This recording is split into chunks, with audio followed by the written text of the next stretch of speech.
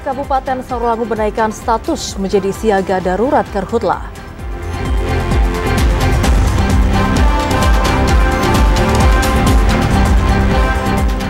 Ditemukan truk BBM tidak sesuai tera, rugikan SPBU ribuan liter.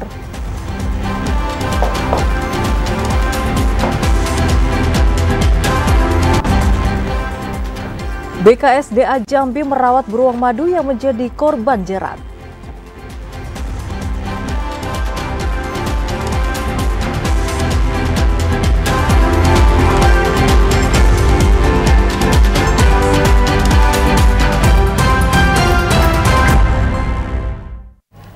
Selamat sore pemirsa, hari ini Kamis 12 Juni 2025, Jambi hari ini hadir kembali menyapa Anda dengan beragam informasi aktual dari Provinsi Jambi.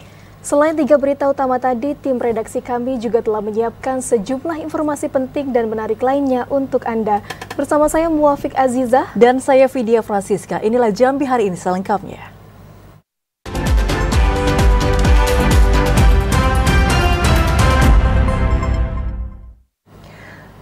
Saudara, Badan Penanggulangan Bencana Daerah Kabupaten Sarolangun saat ini menaikkan dan juga menetapkan status siaga darurat kebakaran hutan dan lahan. Peningkatan dan juga penetapan status ini dilakukan sebagai langkah antisipasi terhadap meningkatnya potensi dari titik panas. Jajaran pemerintah Kabupaten Sarolangun bersama instansi terkait menaikkan dan menetapkan status kebakaran hutan dan lahan dari status kesiapsiagaan menjadi siaga darurat. Penetapan itu dilakukan karena adanya peningkatan titik panas di beberapa kecamatan dalam 1 pekan terakhir yang berpotensi terjadinya kebakaran. Kepala Pelaksana Badan Penanggulangan Bencana Daerah Kabupaten Sarolangun, Solahuddin Nopri mengatakan, berdasarkan informasi dari BMKG Provinsi Jambi, musim kemarau tahun ini berada dalam kemarau basah. Meski suhu udara tergolong sangat tinggi dan beberapa wilayah di Kabupaten Sarolangun sedang dalam kondisi panas, namun potensi hujan ringan diprediksi masih terjadi di bulan Juni ini. Solahuddin Nopri menjelaskan sebagai tindak lanjut penetapan status siaga darurat, pemerintah daerah segera menggelar apel kesiapsiagaan, mengundang seluruh perusahaan untuk ikut ambil bagian dalam upaya pencegahan dan penanggulangan Karhutla tahun 2025 ini. Untuk sampai saat ini kemarin dari Januari sampai sekarang itu kemarin 22. Kemarin ada kejadian di Ladang Panjang. Kita sudah cek hotspot. Sudah melakukan rapat koordinasi yang dipimpin oleh Pak Wabu. Dan kita sudah menetapkan dengan instansi terkait bahwa kita menaikkan status dari siaga menjadi siaga darurat. Ada beberapa faktor penyebab Karhutla di Kabupaten Sarolangun yang harus diwaspadai, yakni ekosistem lahan gambut terjadi kebakaran berulang, lahan di sekitar konsesi perkebunan sawit dan HTI, serta kemunculan titik panas yang berulang di lokasi yang sama setiap tahunnya. Edi Kusnadi, TVRI Jambi melaporkan. Pemerintah Provinsi Jambi akan segera menaikkan status siaga darurat Karhutla tahun 2025. Peningkatan status dilakukan setelah usulan dari BPBD Provinsi Jambi selesai diproses. Meminimalisasi bencana kebakaran hutan dan lahan di tengah musim kemarau basah yang terjadi di tahun 2025, pemerintah Provinsi Jambi akan segera menaikkan status kesiapsiagaan Karhutla menjadi siaga darurat Karhutla. Gubernur Jambi Al-Haris mengatakan, peningkatan status siaga Karhutla tersebut akan dilakukan paling lambat minggu depan setelah usulan dari Badan Penanggulangan Bencana Provinsi Jambi selesai diproses. Al-Haris meminta semua pihak untuk bersama-sama berupaya meminimalisasi kejadian Karhutla agar tidak menimbulkan dampak negatif bagi masyarakat. Seluruh tim lapangan juga didorong untuk meningkatkan kewaspadaan dalam memantau kondisi cuaca yang terjadi di daerah agar penanganan kebakaran tidak terlambat. Walaupun curah hujan di wilayah Provinsi Jambi masih dinilai cukup baik, cuaca panas ekstrim yang terjadi harus tetap diwaspadai. Seperti biasa, saya meminta tim ini sudah dibentuk agar betul-betul sudah mulai melihat kondisi cuaca ekstrim ini. Ya, ada dari tim yang tergabung dengan Korem, di bawahnya ada dinas sosial, ya, BPBD dan juga lembaga lainnya, termasuk juga statusnya akan dinaikkan minggu ini. Kepala Pelaksana BPBD Provinsi Jambi Bahyuni Deliansyah mengatakan, penanganan dan penanggulangan karhutla nantinya akan dikoordinir posko pemantauan karhutla yang disiapkan di Korem serta posko udara di bandara. Setiap laporan karhutla yang masuk akan dievaluasi dan operasi pemadamannya akan diputuskan melalui jalur darat maupun udara berdasarkan situasi dan kondisi lapangan. Poskonya ada di Korem, ada di posko udara, posko karhutla yang ada di VIP Bandara Lama. Jadi setiap laporan diterima, nanti kita evaluasi apakah bisa menggunakan operasi darat, menggunakan posko terdekat, atau menggunakan operasi udara ketika jarak tempuhnya jauh dan sumber airnya sulit. Minggu ini atau minggu depan naikkan status provinsi ini, Pak? Kalau informasi Pak Gubernur tadi mungkin minggu ini. Total sudah ada 4 daerah di Provinsi Jambi yang menaikkan status siaga darurat karhutla.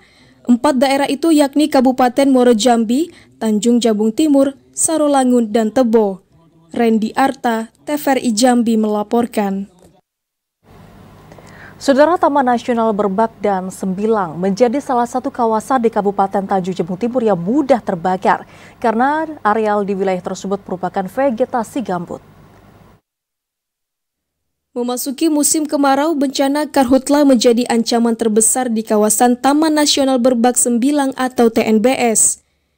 Taman Nasional tersebut merupakan satu dari 3 taman nasional yang ada di Provinsi Jambi. Kawasan ini terancam potensi karhutla yang disebabkan faktor alam dan aktivitas manusia. Pemerintah setempat telah mengantisipasi hal ini dengan menyiagakan tim pemadam kebakaran dan melakukan patroli rutin di kawasan tersebut. Kepala Pelaksana BPBD Kabupaten Tanjung Jabung Timur, Helmi Agustinius mengatakan, luas wilayah kawasan hutan di Kabupaten Tanjung Jabung Timur sekitar 276.686 hektar. Dari data tersebut, TNBS memiliki wilayah sekitar 116.605 hektar. Berdasarkan catatan BPBD Kabupaten Tanjung Jabung Timur, kebakaran di TNBS cukup luas pada tahun 2015 dan 2019. Melalui citra satelit Landsat 2015, kebakaran hutan di TNBS mencapai 23.747 hektar. Pada 2019, seluas 17.470 hektar yang terbakar. Selain itu, pemerintah juga telah menyiapkan rencana kontingensi untuk menghadapi potensi karhutla. Rencana ini mencakup pengerahan tim pemadam kebakaran menggunakan teknologi pemantauan dan edukasi masyarakat. Yang paling krusial terjadi kebakaran hutan lain itu wilayah TNB, termasuk juga perbatasan antara Kabupaten Muaro Jambi dengan Tanjung Jabung Timur, itu daerah Lawan Perang. Di situlah terjadi banyak kasus terjadi kebakaran hutan lahan karena masyarakat masih banyak membuka lahan dengan cara membakar. BPBD mengajak masyarakat desa sekitar TNBS agar tidak membuka lahan secara dibakar, mengingat kawasan di sana merupakan areal vegetasi gambut yang cukup luas dan mudah terbakar. Kliva Patria, TVRI Jambi melaporkan. Mengantisipasi terjadinya bencana di kota Sungai Penuh, apalagi memasuki musim kemarau, Badan Penanggulangan Bencana Daerah BPBD Kota Sungai Penuh melakukan mitigasi bencana alam dengan melakukan sosialisasi kepada masyarakat, salah satunya tidak melakukan pembakaran sampah. Pada upaya mengantisipasi terjadinya bencana alam yang terjadi di Kota Sungai Penuh, BPBD Kota Sungai Penuh terus melakukan mitigasi bencana alam dengan cara melakukan sosialisasi kepada masyarakat. Kepala Pelaksana BPBD Kota Sungai Penuh Evan Drianto mengatakan, mengurangi sampah dengan cara melakukan pembakaran dapat menyebabkan terjadinya resiko kebakaran lahan, apalagi saat musim kemarau.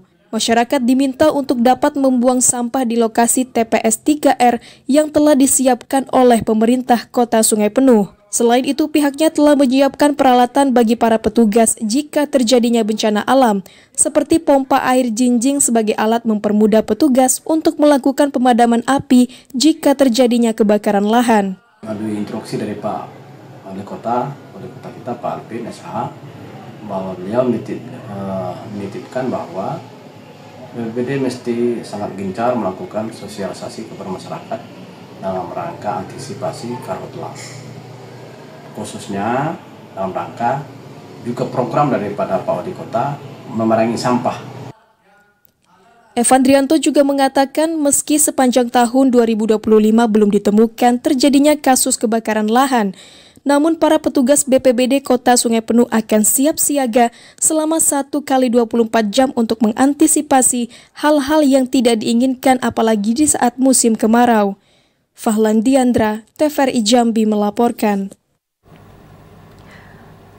Saudara, musim kemarau yang saat ini tengah berlangsung di Kabupaten Muaro Jambi mengancam produktivitas tanaman sayur milik para petani. Dan agar tanaman tetap subur, para petani aktif melakukan penyiraman. Inilah daerah penghasil sayur di kawasan Kecamatan Sekernan, Kabupaten Muaro Jambi. Lahan seluas 3 hektar ini ditanami berbagai jenis sayuran seperti timun, kacang, pare, dan jagung untuk mendukung swasembada pangan pemerintah. Di tengah musim kemarau, kini petani dihantui dengan kegagalan panen karena pasokan air berkurang yang membuat tanaman tidak tumbuh dengan sempurna. Tanaman timun milik petani mulai tidak subur lagi. Sebagian daun sudah mulai kering dan buah yang dihasilkan tidak bagus. Dengan kondisi tersebut, petani mulai mengganti tanaman dengan jenis sayuran lainnya yang lebih tahan cuaca panas seperti kisik atau oyong. Salah seorang petani, Nur Hadi, mengatakan, penyiraman air pada tanaman kini aktif dilakukan agar tanaman tetap tumbuh subur. Dalam sehari petani melakukan penyiraman 2 kali, yakni pagi dan sore hari. Kemarau, katanya sih kemarau basah sih, cuman nggak pernah hujan. Oke. Ada kesulitan Bang di kemarau ini? Yang pasti nyiram. Oke. Yang kedua, tanaman kurang air sih. Kurang air ya. Kondisi kurang air, gimana Bang untuk tanaman? Kondisinya menyebabkan buahnya nih kering, jadi buah kurang bagus sih. Hasil pertanian milik petani ini tidak hanya dijual ke pasar tradisional Sengeti Muaro Jambi, namun juga dijual ke pasar di luar kabupaten seperti pasar tradisional Angso Duo Kota Jambi. Dengan harga sayur yang standar, para petani masih merasakan keuntungan, seperti harga timun. Di tingkat petani dijual Rp3.000, sedangkan pare dijual Rp5.500 per kilogram. Azam Afnan, TVRI Jambi melaporkan. Saudara, pemerintah Kabupaten Kerinci mulai memperluas areal penanaman jagung sebagai bagian dari strategi ketahanan pangan. Langkah ini juga mendukung program nasional Astacita Presiden Prabowo Subianto. Pemerintah Kabupaten Kerinci mempercepat gerakan tanam jagung untuk bisa menjawab kebutuhan pangan sekaligus mendongkrak pendapatan para petani lokal. Jagung menjadi komoditas utama karena fungsinya tidak hanya sebagai bahan pangan, namun juga sebagai bahan baku industri pakan ternak. DPRD Kabupaten Kerinci menyatakan dukungan terhadap program tersebut. Para anggota dewan akan mengawasi kebijakan pertanian dan mendorong alokasi anggaran agar para petani bisa mendapatkan fasilitas yang dibutuhkan. Sangat mendukung penuh dan mengapresiasi dari Kapolres Kerinci dalam mendukung program Astacita Bapak Presiden Prabowo. Hari ini kita melakukan panen raya jagung serentak. Mudah-mudahan tidak hanya ini tapi akan berkelanjutan dan juga produksinya akan berlimpah sehingga tidak hanya memenuhi kebutuhan untuk Kabupaten Kerinci melainkan bisa kita jual keluar untuk meningkatkan ekonomi masyarakat Kabupaten Kerinci. Sebelumnya pemerintah Kabupaten Kerinci bekerja sama dengan Polres Kerinci juga telah melakukan penanaman jagung di 9 polsek dan juga 13 titik tanam dengan total luas mencapai 6,7 hektar. Melalui kerjasama dengan semua pihak, pemerintah Kabupaten Kerinci menargetkan jagung sebagai andalan baru dalam menjaga ketahanan pangan, sekaligus meningkatkan pendapatan para petani. Irwan, TVRI Jambi melaporkan. Saudara, Kejari Kabupaten Tebo menetapkan 3 orang tersangka dalam kasus dugaan korupsi pembangunan Pasar Tanjung Bungur. Informasi selengkapnya akan kami hadirkan usai jeda. Tetaplah bersama kami di Jambi hari ini.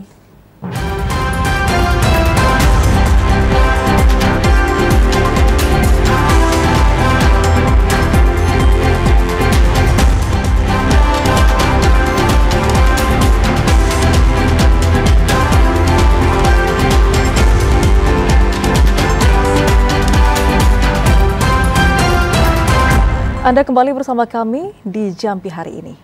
Saudara, kami masih akan menghadirkan sejumlah informasi terkini terkait kegiatan jemaah haji yang saat ini tengah melaksanakan rangkaian ibadah haji di Tanah Suci Mekah. Dan untuk bisa mengetahui informasi selengkapnya, saudara, saat ini kita sudah terhubung dengan Ketua Forum Komunikasi KBIHU Provinsi Jambi dengan Bapak Haji Muhammad Nuh langsung dari Tanah Suci Mekah. Assalamualaikum warahmatullahi wabarakatuh. Selamat sore waktu Indonesia, Pak Nuh.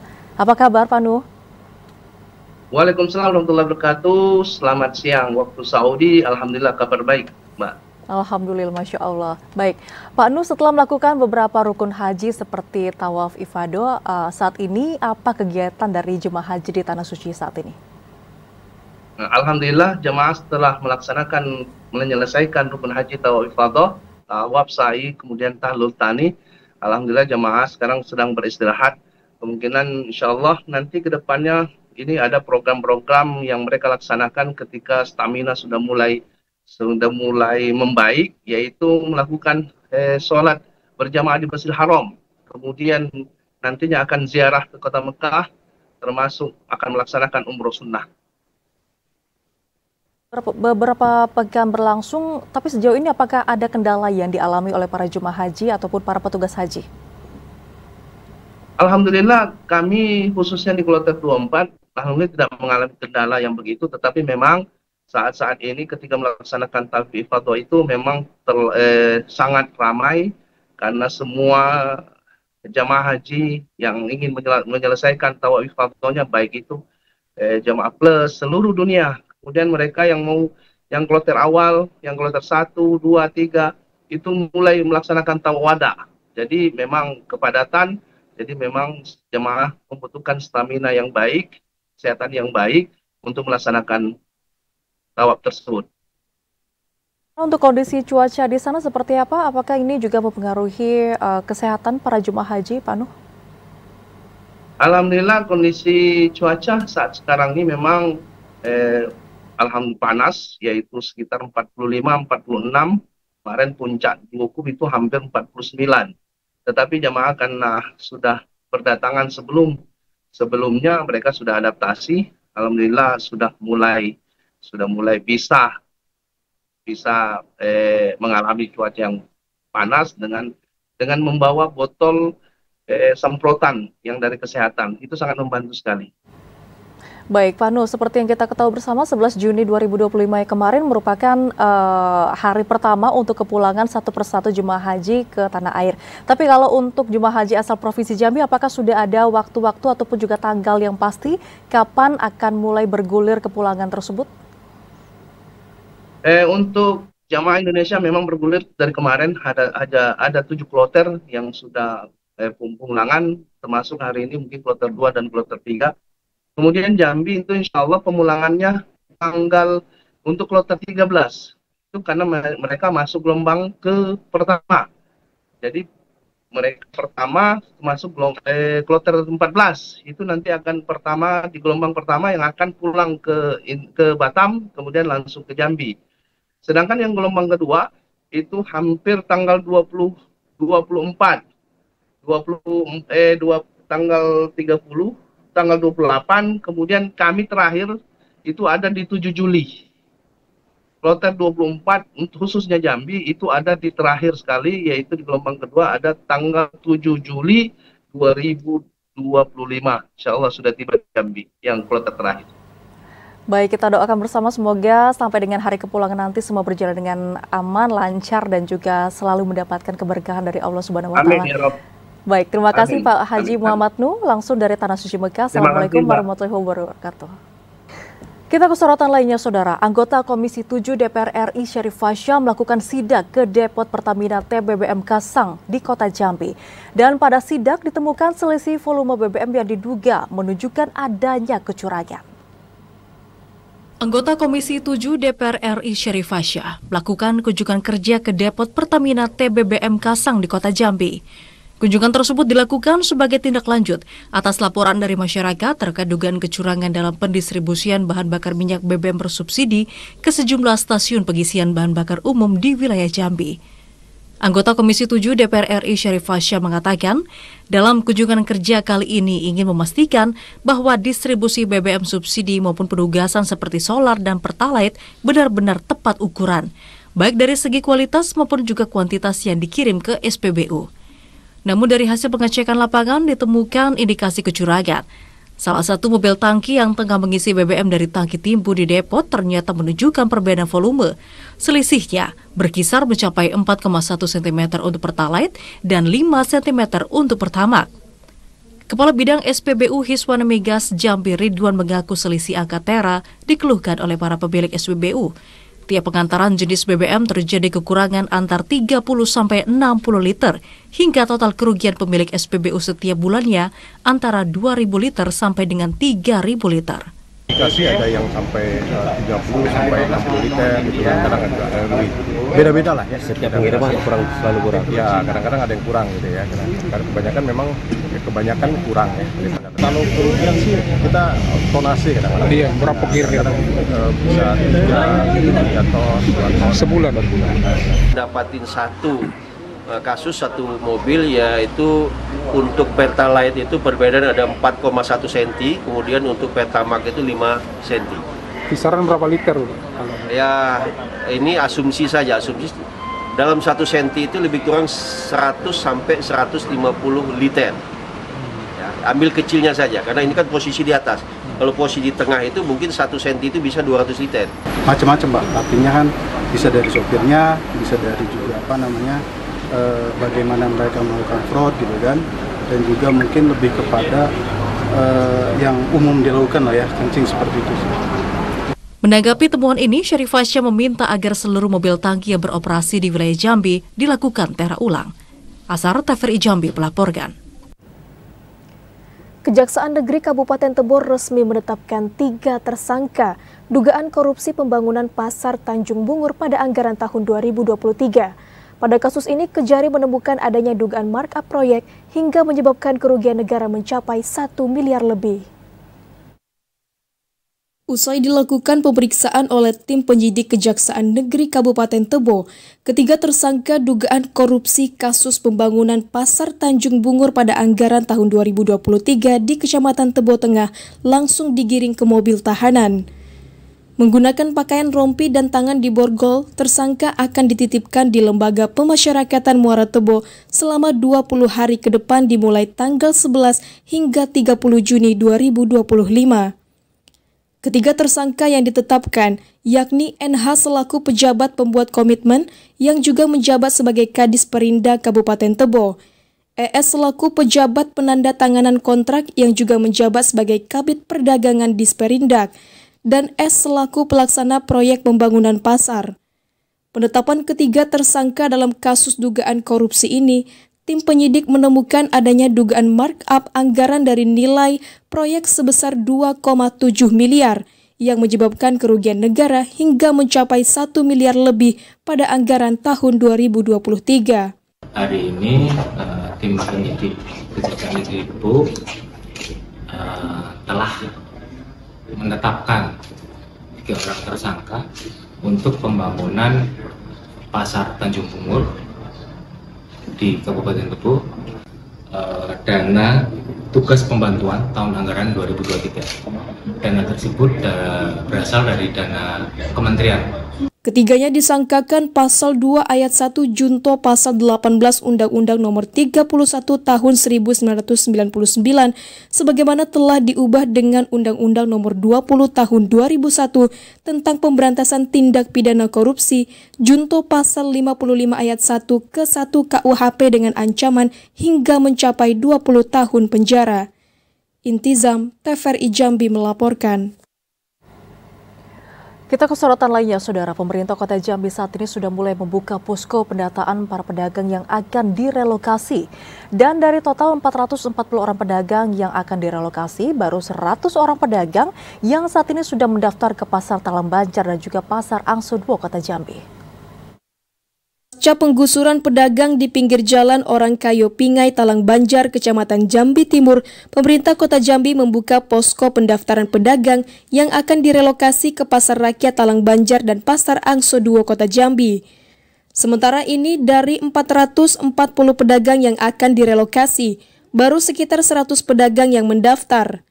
Di antaranya 94 pedagang mendaftar di Pasar Rakyat Talang Banjar dan 7 pedagang di Pasar Tradisional Angso 2 Kota Jambi. Sekretaris Disperindak Kota Jambi Rita Herlina mengatakan, mereka akan ditata dan diklasifikasikan sesuai dengan jenis dagangan sehingga tidak ada kecemburuan sosial antara pedagang lainnya. Dalam 1 minggu ini kita masih menunggu pendaftaran dari pedagang-pedagang yang di sepanjang jalan OKP Siti Alibasa dengan satu lagi Pakuwono. Untuk totalnya sendiri pedagang yang rencana kita akan relokasi 440 pedagang ya Pak Yan ya. 440 pedagang. Terus untuk persiapannya sendiri gimana untuk pasar persiapan ini? Yang untuk pedagang yang di luar masuk ke dalam, melihat dari data yang ada masih tertampung untuk pedagang yang masuk ke dalam. Pendataan akan dilakukan hingga 1 minggu ke depan. Nantinya mereka akan ditempatkan ke lapak-lapak yang kosong di pasar dan tidak mengganggu pedagang yang sudah ada di dalam. Joko, TVRI Jambi melaporkan. Wabub Tebo serahkan Ranperda pertanggungjawaban APBD tahun 2024 ke DPRD Tebo. Informasi selengkapnya saudara kami hadirkan usai jeda di segmen editorial sesaat lagi.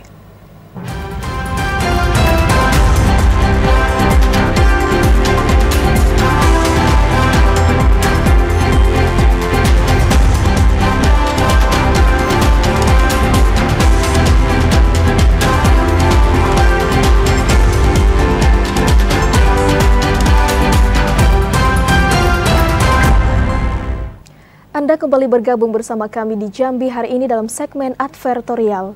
Saudara Wakil Bupati Kabupaten Tebo Nazar Effendi menghadiri rapat paripurna DPRD Kabupaten Tebo dalam rangka penyampaian nota pengantar rancangan peraturan daerah tentang pertanggungjawaban pelaksanaan APBD tahun anggaran 2024.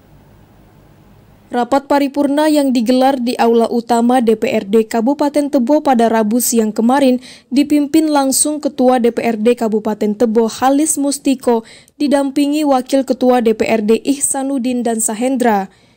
Dalam sambutannya, Wakil Bupati Kabupaten Tebo menyampaikan laporan pertanggungjawaban APBD merupakan wujud akuntabilitas pemerintah daerah terhadap pelaksanaan program dan kegiatan selama tahun anggaran berjalan. Nota pengantar ini menjadi bagian dari proses transparansi dalam pengelolaan keuangan daerah yang wajib disampaikan kepada DPRD. Nazar Effendi menjelaskan laporan keuangan tahun anggaran 2024 telah diaudit oleh Badan Pemeriksa Keuangan RI. Hasil audit tersebut menjadi dasar dalam menyusun Raperda pertanggungjawaban pelaksanaan APBD yang kini disampaikan untuk dibahas lebih lanjut bersama DPRD. Selain itu, Nazar juga menekankan pentingnya sinergi antara pemerintah daerah dan DPRD dalam menciptakan tata kelola pemerintahan yang baik. Proses pembahasan Raperda ini diharapkan dapat berlangsung secara transparan dan objektif demi terciptanya kebijakan pembangunan yang tepat sasaran.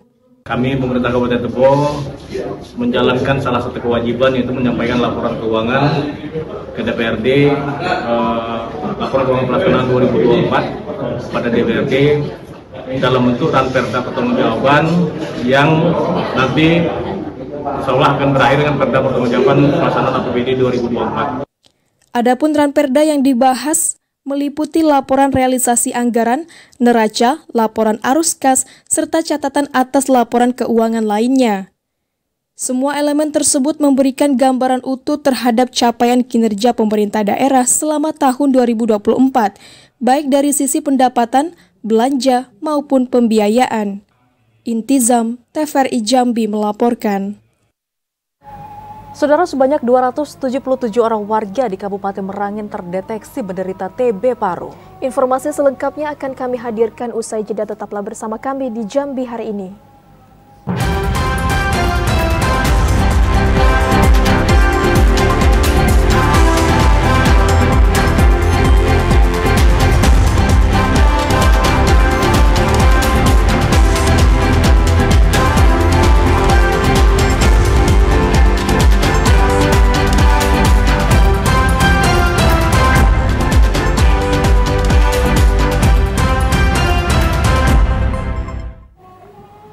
Anda kembali bersama kami di Jambi hari ini.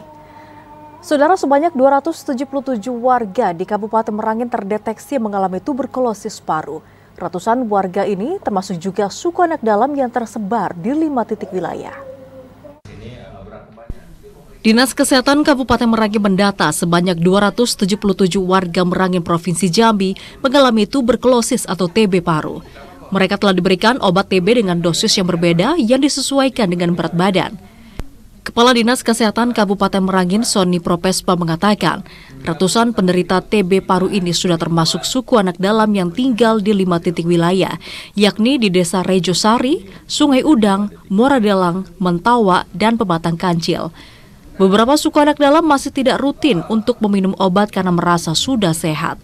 Padahal obat ini harus rutin diminum selama 6 bulan dan tidak boleh berhenti meski gejala TB sudah tidak terasa selama kurun waktu tersebut.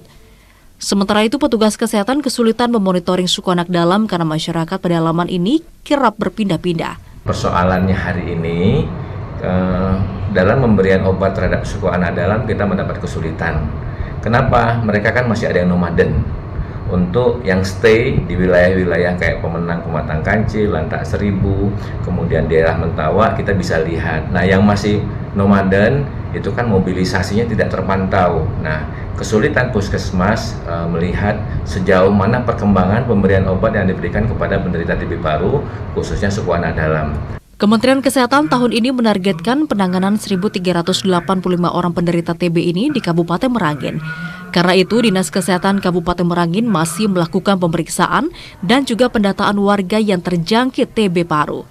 Sementara itu, Universitas Gadjah Mada bersama organisasi TB paru akan melakukan penelitian di Kabupaten Merangin terkait penyakit tersebut. Dan tidak hanya itu, dalam waktu dekat pihak dari Universitas Harvard juga akan melakukan penelitian yang sama yang fokus kepada suku anak dalam yang menderita TB paru. Muhammad Sobar, TVRI Jambi melaporkan. Seekor beruang madu ditemukan dalam kondisi lemah setelah terjerat perangkap milik warga di wilayah Batanghari, Jambi. Balai Konservasi Sumber Daya Alam BKSDA Jambi langsung melakukan penyelamatan dan perawatan intensif demi menyelamatkan satwa yang dilindungi tersebut. Seekor beruang madu atau Helartos malayanus berhasil diselamatkan oleh Balai Konservasi Sumber Daya Alam Provinsi Jambi. Beruang ini berhasil diselamatkan setelah menjadi korban jerat babi yang dipasang oleh warga di kawasan Dusun Bukit Paku, RT 06 Desa Pelayangan, Kecamatan Muratembesi, Kabupaten Batanghari. Kepala BKSDA Jambi Agung Nugroho mengatakan, kondisi beruang pada saat ini masih lemah akibat luka serius yang menyebabkan penurunan kekebalan tubuh karena infeksi virus. Beruang madu tersebut kini menjalani perawatan intensif di tempat penyelamatan satwa BKSDA Jambi. Dan hari ini satwa dilindungi itu mulai terlihat makan meski dalam jumlah yang sangat sedikit. Tim medis hewan melakukan penanganan secara intensif dengan harapan proses penyembuhan berjalan dengan cepat. Namun demikian, beruang belum memungkinkan untuk langsung dilepas liarkan dan masih membutuhkan perawatan lanjutan. Begini ya, jadi satwa liar yang terkena jerat itu kan dia biasanya diketahui setelah beberapa hari, jadi kondisinya sangat lemah, belum lagi ada luka. Ya, luka itu kan ada infeksi, ada imunnya turun, kemudian terkena virus begitu ya. Jadi saat ini kondisi beruang masih dalam proses pemulihan. Hari ini terlihat mau makan tapi masih sangat sedikit. Beruang madu atau Helartos malayanus merupakan satwa yang dilindungi semakin langka populasinya di Indonesia. BKSDA Jambi mengimbau kepada masyarakat untuk tidak memasang jerat di habitat satwa liar karena dapat membahayakan satwa dilindungi tersebut. Asar, TVRI Jambi melaporkan. Kita ke sorotan lainnya, Saudara. Pasca Hari Raya Idul Adha 1446 Hijriah, sejumlah harga ikan di Pasar Sengeti Muaro Jambi mengalami kenaikan mulai dari Rp3.000 sampai dengan Rp5.000 per kilogramnya. Harga ikan keramba seperti nila di pasar tradisional Sengeti Muaro Jambi melambung tinggi hingga naik menjadi Rp38.000 per kilogram dari harga semula Rp35.000 per kilogram. Menurut pedagang, kenaikan harga disebabkan tingginya harga pakan ikan dan banyaknya ikan milik petani yang mati, sehingga stok ikan berkurang. Tidak hanya ikan nila, harga ikan laut juga turut mengalami kenaikan. Seperti ikan sarden kini dijual Rp35.000 per kilogram, yang sebelumnya hanya Rp30.000 per kilogram. Kemudian ikan mato gembung dijual Rp40.000 per kilogram dari harga semula Rp35.000 per kilogram. Pedagang berharap pemerintah ikut serta dalam menstabilkan harga ikan agar masyarakat bisa membeli ikan dengan harga yang terjangkau. Pasalnya konsumen mengeluh dengan mahalnya harga ikan di pasar. Kami seperti 28 modalnya kan? 28 ya. Sekarang 38 ya. 4.000 naik. Iya. Bang, kalau ini untuk sisi jualnya gimana bang? Ikan nila bang? Sepi ya? Sehari bisa habiskan berapa bang? 40 kilo ya? Iya. Sebelumnya?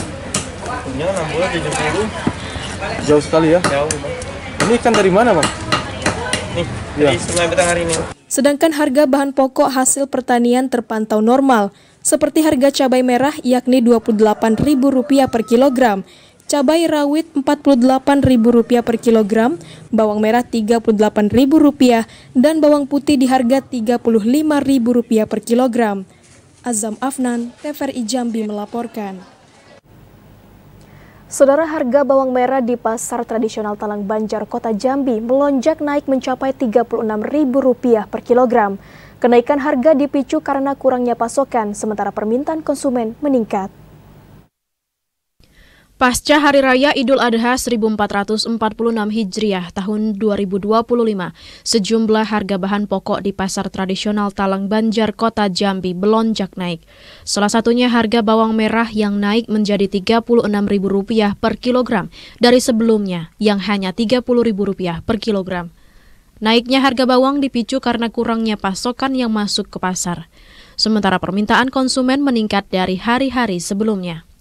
Seorang pedagang Novitasari mengatakan naiknya harga bawang merah telah terjadi sejak beberapa hari terakhir. Kondisi ini berdampak pada penjualan pedagang yang terus berkurang. Pasalnya, banyak konsumen yang mengurangi jumlah pembelian karena mahalnya harga bawang. Mereka berharap adanya intervensi harga ke pedagang dari pemerintah Kota Jambi, sehingga para pedagang dapat menjual bahan pokok di harga normal. Harga bawang variasi tergantung dari jenis barang. Kalau yang ukuran besar dia harganya 36, tapi kalau yang biasa 30. Kayak bawang luar ada bawang Birma harganya 25. Harga ayam potong juga mengalami sedikit kenaikan, yakni Rp33.000 per kilogram, dari sebelumnya Rp30.000 per kilogram. Sementara kebutuhan lain mengalami penurunan, seperti cabai merah Rp20.000 per kilogram dari sebelumnya Rp25.000, dan bawang putih Rp30.000 per kilogram dari sebelumnya Rp36.000 per kilogram. Joko, TVRI Jambi, melaporkan. Informasi tadi sekaligus menutup perjumpaan kita di Jambi hari ini. Terima kasih atas perhatian dan kebersamaan Anda. Akhirnya saya Muafiq Azizah dan saya Vidya Francisca pamit undur diri. Wassalamualaikum warahmatullahi wabarakatuh. Selamat sore dan sampai jumpa.